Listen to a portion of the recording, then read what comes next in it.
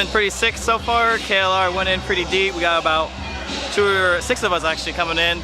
I'm gonna say I feel really confident we might make top 16. Yeah, here we go.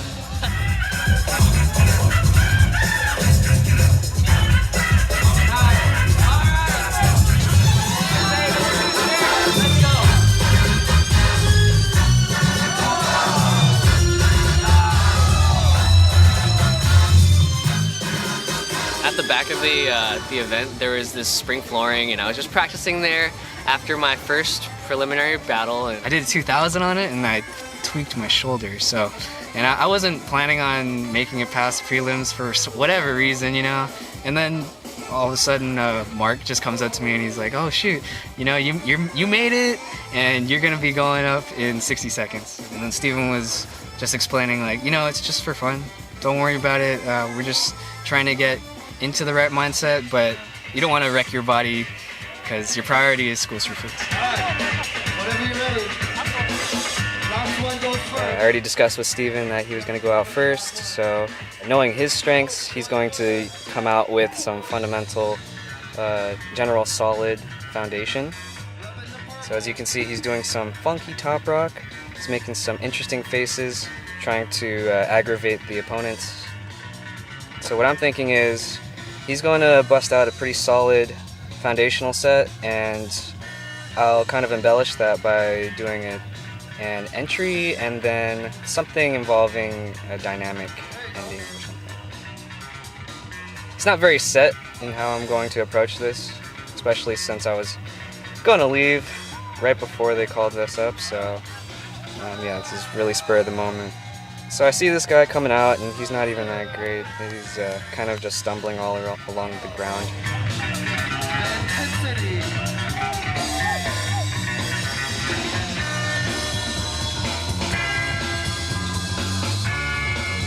I can tell that he's trying to also respond using character, try to show everybody his own sort of flavor.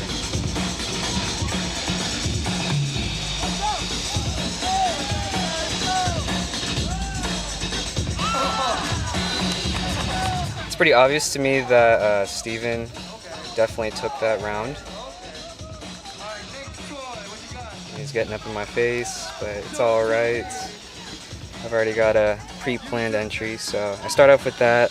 I'm not all too sure what I'm gonna do next, so kind of just rolling with it. And then my shoe falls off, so now I'm like, okay, I'll just throw it real quick back, because I don't want it to be too distracting, or obviously it's a pretty big thing to have my shoe fall off, so of course the judges are going to notice, but like, you want to minimize that as much as possible.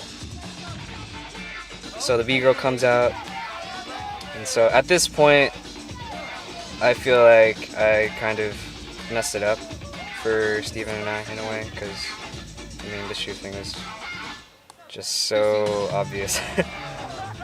Okay, so she hits air baby freeze, and it's not bad. She's got a really good use when it comes to levels.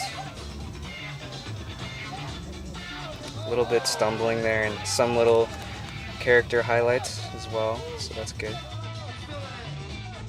In my opinion, she's actually stronger than her teammates.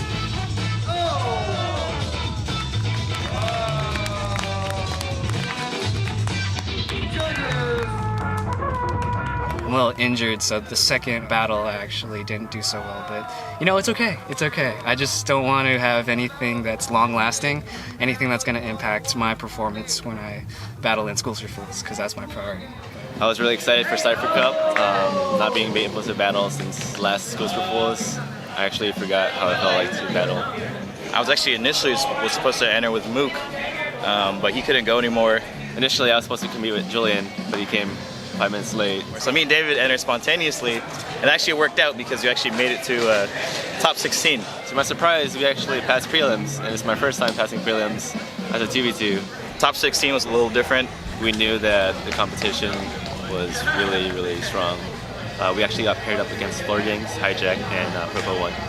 So I knew that there was something new out there, or something that would really cement our win. So me and Mark decided to collaborate on the commando that we initially had for Schools for Fools here, and it worked really well. I landed this freeze, and from there I was just like, all right, super confident. I heard the beat really well. I killed the beat a second time, and the homies were cheering for me, and that really hyped me up. I think at that moment I felt like our commando was really long, so I ended my set from here, which I didn't think was a good idea. I think I could have extended that a little bit longer and really cement that win. Profo goes up. This guy has been in the game for about 10 to 15 years. He's part of a crew called Floor Gangs that focuses on footwork. And so I expected a very technical round, and he killed it.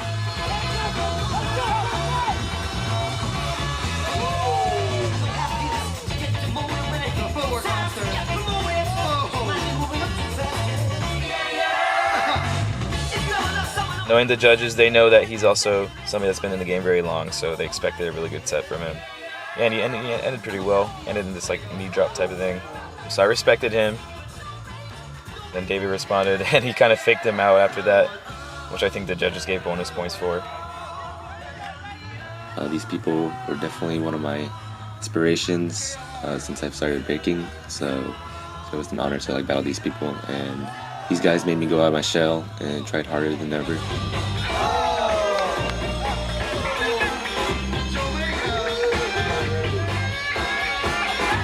He had a mixture of footwork, had some power in there, and hit his freeze at the end. So, I mean, really, I didn't think there was much anything wrong. Maybe a small slip up on the freeze, and by me he recovered though. So, super solid round. So this is Hijack. He hit his freezes in the beginning really well. And then from there I was like, okay, this is gonna be a battle. He's gonna throw some solid stuff. But he hits this 90 and then he crashes it afterwards. And I was like, okay, that was bad. But I didn't actually expect him to crash a few more times. Hits the turtle and he crashes his 90 and just falls over, and I kind of mimicked that to show the judges. So I actually, at this point, I'm like, okay, I'm gonna say we at least won 2 of those judges' votes. But at the end of it, it was a tie and 2 for Floor Gangs, and I was actually really surprised. I mean, I wasn't going to put too much emotion into it. It's not like it was Schools for Fools or anything. But what I really liked was a lot of people came up to me and David and were just like, yo, you guys smashed that. But, I mean, just like any jam, you win some, you lose some, but overall it was a good jam. Going to this competition really helped me develop that team chemistry that I needed. I'm able to utilize what I've been practicing for the past 3 weeks to months. And I felt like what came out of that competition helped me build that confidence and that determination that I need for the upcoming battle. It was definitely more of a growing and bonding experience for everybody, just to put ourselves to the test in a real situation. And I know that Mark and David were a team. They were creating a lot of synergy between each other, so it was very good. Same with me and Steven, and that's the type of energy that we're going to need to win Schools for Fools.